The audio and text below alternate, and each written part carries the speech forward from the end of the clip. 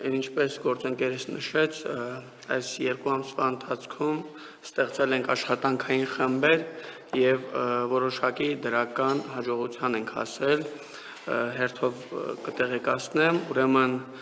բնակարանային ծրագրի վերաբերյալ, ինչպես գիտեք, կար գոտիներ 3, 4 եւ 5,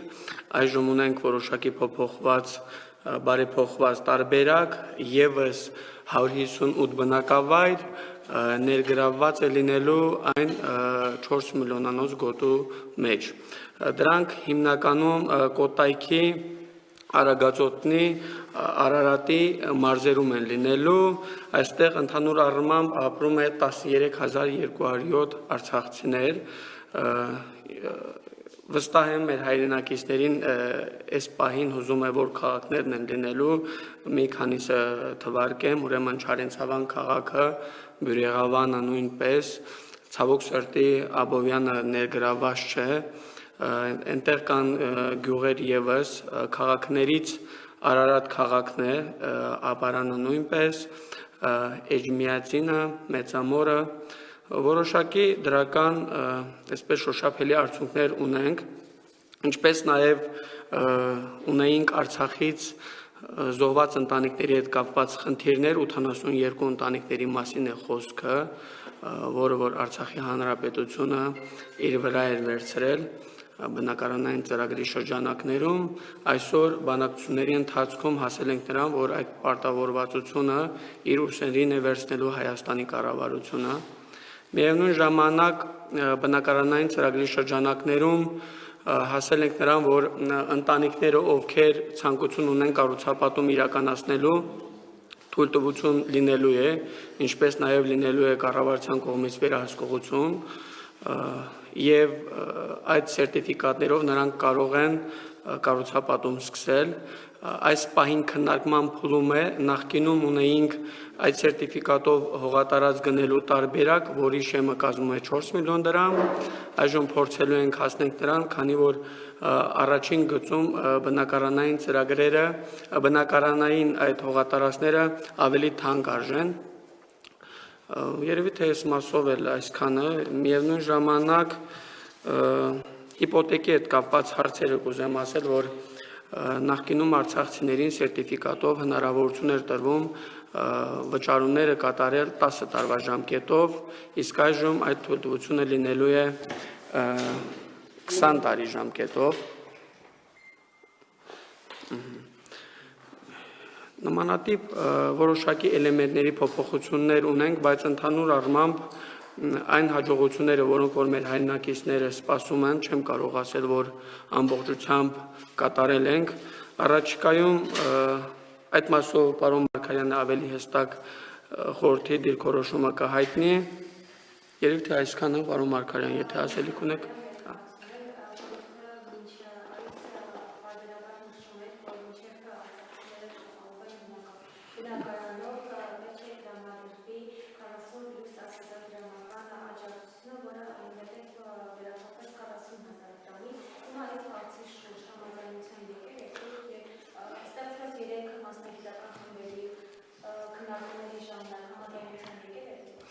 Ցավոք սրտի այդ հարցում չեն կարողացել համաձայնեցնել, քանի որ խնդիրները բնականաբար լինելու են, քաղաքացիություն ստանալու հետ կապված լրջագույն խնդիրները կա, որը որ եւս չի լուծվել, դա այն կարմիր գիզն է իրենց համար, միևնույն ժամանակ ընդունել են աշխատակիցներ, փորձելով արագացնել գործընթացը, բայց միևնույն ժամանակ 1.5-ից 2 ամիս գործընթացը տևելու է, որը որ լուրջ խնդիրներ է առաջացնելու, եթե նույնիսկ մարդիկ այդ խմբերը չլինելու դեպքում հավաստագրեր ստանան, իրացնելու համար բավականին ժամանակ պետք է լինելու, առնվազն 4-5 ամիս պետք է լինելու, որպեսզի արցախցիները բնակարանային այդ ծրագրով ապահովվեն։ Սա լրջագույն խնդիր է, մենք մեր դիրքորոշումը այդ մասով կառավարությանը հայտնել ենք, դրա համար ասեցի, որ խորհուրդը հանդես կգա հայտարարությամբ։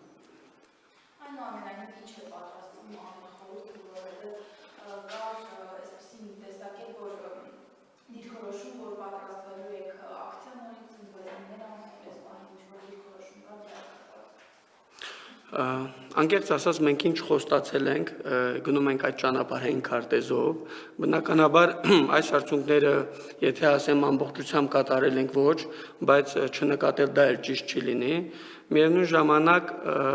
հանրության հետ կշփվենք, քննարկումներ կունենանք, բաց թողնված շատ խնդիրներ ունենք, հատկապես խնդիրը վերաբերվում է 2 եւ 3 հոգանոց ընտանիքներին, որովհետեւ այս ծրագրով այդ ընտանիքները չեն կարող օգտվել բնակարաններից։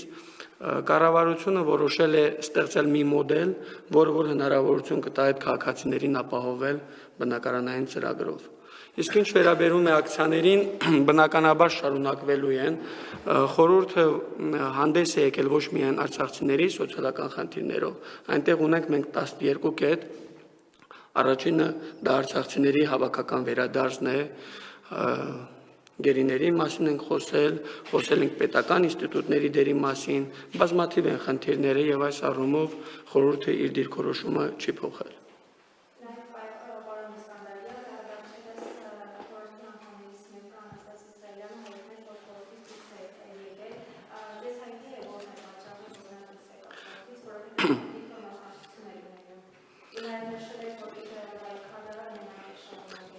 Կարծում եմ ճիշտ կլինի այդ հարցերը ուղղել Անաստասի Իսրայելյանին։ Միայն մեկ լրացում, մենք ունենք որոշակի ճանապարհային քարտեզ։ Եթե պարոն Իսրայելյանը գտնում է, որ մենք այդ ճանապարհային քարտեզով չենք քայլելու միասին եւ իր ուղղությունը դեպի քաղաքական ճանապարհն է, այդ պատճառով այդ հարցերը խնդրեք իրեն ուղղել։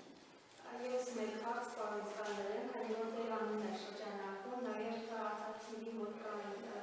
ներքին խոսակցությունները, որ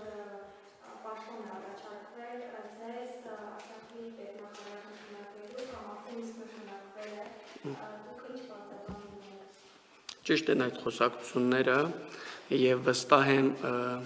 կհնչի հաջորդ հարցը, ինչու եք համաձայնվել։ Ես չէի կարող խոսել պետական ինստիտուտների դերի մասին եւ ստանալով առաջարկ ինքս լքել այդ շարքերը, ես իմ ունակությունների, կարողությունների շրջանակներում կանգնած եմ լինելու պետականության կողքին։ Երևի թե այսքանը։ Եվ մեկ համալրում սա մինապատված տարածք է, որտեղ բոլորս փորձում ենք ինչ-որ ձևով պահպանել թե Արցախ բառը, թե Արցախի ներկայացությունը, թե ընդհանրապես պետական բոլոր ինստիտուտները։ Երբ պարոն Իսկանդարյանը այս ամենին համաձայնելով, ես իրեն համեմատում ինչպես համապատասխան, որովհետև այսօր մենք չունենք Արցախ, բայց ունենք շատ խնդիրներ, այդ պատճառով պետք է խնդրեմ բոլորս փորձենք օգնել եւ պահպանել այն ամեն ինչը, ինչ որ ունենք։ Հարգելի ես կներկայացնեմ խորհրդի դիրքորոշումը եւ ձեզ շատ հնչեցած հարցերի պատասխան ստոմակ ստանալ։ Այն որ ներկայացրեցինք այս մեկ ամսվա ընթացքում աշխատանքային խմբերի կողմից գրանցված արդյունքները իրականում բավարար կամ այսպես ձևակերպենք նայեք 150 բնակավայրերում մեր հայրենակիցները մեկ շնչին հաշվով 3 միլիոն դրամի գումարը չափը հնարավոր եղավ հասցնել 4 միլիոն դրամի եւ նաեւ այն դրական փոփոխությունները, որ գործընկերս ներկայացրեց։ Բայց խորհրդի դիրքորոշումը հետեւյալն է. մենք համաձայնվեցինք սոցիալական հարցերի մասով քննարկումներ ունենալ կառավարության հետ։ Նախապայմանը այն էր, որ կենսական նշանակություն ունեցող սոցիալական խնդիրները պետք է լուծվեն եւ դիրքորոշումը հստակ էր, որ մինչեւ Արցախահայությունը բնակարանով չապահովի, մինչեւ բնակարանային ծրագիրը մատչելի չլինի մեր բոլոր հայրենակիցների համար, պետք է բնակարանների աջակցության ծրագիրը շարունակել։ Եվ այն ժամանակ վրանային պայքարի ժամանակ ասպես ձևակերպեն, երբ որ ասում են 1 ամիս, 2 ամիս, մենք այդ կառավարության ասում ենք, որ խնդիրները բազմաթիվ են եւ ձեր կողմից այդ բաստողումները բազմաթիվ են եւ 1-2 ամիսը բավարար չէ լինելու։ Եվ մեզ հավաստիացրեցին, որ 2 ամսում մենք այդ խնդիրները կարողանանք լուծել եւ ասեմ, որ արդյունքները ներկայացրեցինք, բայց բանակցությունները շարունակվում են, այսինքն փակուղի չի մտել, բայց մենք ունենք հետեւյալ խնդիրը։ Մի ամսից հետո մեր հայրենակիցների զգալի հատվածը բախվելու է շատ լուրջ խնդիրների առջև, այսինքն նույն խնդիրները, որ բնակվածը չեն կարողանալու տալ եւ սոցիալական ծանր վիճակի առջև են կանգնելու։ Եվ այդ առումով հստակ ունենք դիրքորոշում։ Այս արդյունքները բավարար չեն։ Մենք հունիսի 23-ին հայտարարելու ենք պայքարի երկրորդ փուլի մասին եւ նաեւ ասելու ենք ինչ ճանապարհով ենք պայքարելու։ Այն հրապարակային հայտարարությունները, որ արել ենք, որ կառավարությունը թերի խոստումը չկատարի, միանշանակ դա ուժի մեջ է, բայց եկեք մի բան հստակեցնենք, խորհուրդը կարող է հաջողություն հասնել, եթե մենք այս հարցերի շուրջ, ոչ միայն սոցիալական հարցերի շուրջ, արցախայության իրավունքների, Արցախի հարցի շուրջ ունենանք լայն համախմբվածություն։ Այդ պատճառով մինչև հունիսի 23-ը մենք քննարկումներ ենք ունենալու մեր հայրենակիցների հետ, քննարկումներ ենք ունենալու այն միավորումների հետ, որոնք աջակցել են պաշտպանել են մեր օրակարգը, նաև այդ ժամկետում հանդիպումներ ենք ունենալու մարզերում մեր հայրենակիցների հետ, տեղում ունենալու ենք խորհրդի ներկայացուցիչները, որոնք եւ համակարգելու են խորհրդի աշխատանքները, թե իրազեկման թե հետագործողությունների մասով, եւ այդ ամենի արդյունքում հունիսի 23-ին խորհուրդը հայտարարելու է իր գործողությունների մասին։ Այսինքն, եթե կարճ ու հապոտենք, համարում ենք, որ այս արդյունքները բավարար չեն, կրկին հավաստիացնում ենք այն հրապարակային հայտարարությունները, որ կատարել ենք, պատրաստ ենք այդ վճռականությունը ունենք եւ մենք պայքարելու ենք, ուղղակի այս ժամանակահատվածը պետք է, որպեսզի հանրության հետ համաձայնեցնենք։ Բոլորս պիտի գիտակցենք, մեր հայրենակիցները պետք է գիտակցեն, որ խորհուրդը հնարավոր միակ տարբերակը հաջողություն հասնելու մեր համախմբվածությունն է։ Եթե մենք հանրային աջակցություն չունենանք, լավ, ինչ հայտարարել եք, վաղվանից սկսենք անել։ Բոլորը հիշում եք, վարանում ինչ ենք հայտարարել։ Եթե մեր հայրենակիցները մեր կողքին չկանգնեն, այդ հարցերը չեն կարողանալ լուծել։ Եվ նաև շատ կարճ փորձեմ անդրադառնամ, շատ քննարկումներ եղավ եւ հրապարակային քննադատություններ եւ այլն, բայց մենք հանրահավաքից հետո մինչև այս 2-3 ամիս ամենօրյա ռեժիմով խորհրդի ներկայացուցիչները աշխատել են։ Նայեք, մարտի 29-ին հանրահավաք ունեցանք, լսելի դարձին չէ մեր արձանագրությունը գնաց քննարկումների եւ վերջնարարությունում ամեն փուլում ասածս իմաստը այն է, որ ամեն փուլում որոշակի արդյունք գրանցեցինք, բայց դա լիարժեք կարող է լինի, եթե մեկ էլ եմ ասում, Արցախի հարցը մենք համարում ենք, որ համայն հայության արժանապատվության հարցն է եւ դա մենք կարող ենք հաջողությամբ այդ խնդիրները լուծել, երբ որ ունենանք այս հարցի շուրջ համախմբվածություն։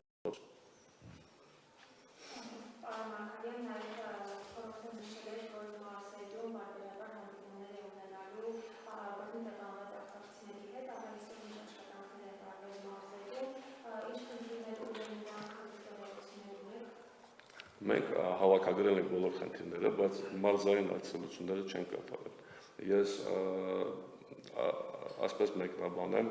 այս ընթացքում նաև շատ էր քննարկում խորհրդի պասիվություն։ Նայեք, հանրային շարժումը եւ պասիվությունը, ակտիվությունը կախված է ինչ պիտի անենք, պիտի անենք բողոքի ակցիաներ եւ այլն։ Մենք համաձայնել ենք կառուցողական քննարկումների, գնացել ենք քննարկումների։ Չենք կարող միաժամանակ նստենք բանակցությունների, փորձենք այդ միջավայրում քննարկել եւ լուծել հարցերը եւ միաժամանակ չգիտեմ, մարզերում հանդիպումներ ունենանք, ակցիաներ ունենանք եւ այլն։ Մենք հայտարարեցինք, որ հենց վաղվանից այդ հանդիպումները մարզային այցելությունները կանենք եւ տեղում անպայման կունենանք ներկայացուցիչներ, որոնք կհամակարգեն խորհրդի աշխատանքները եւ նաեւ այդ գործողությունների ժամանակ միասնական ձևով որպեսզի Արցախայությունը կարողանա ներկայանալ։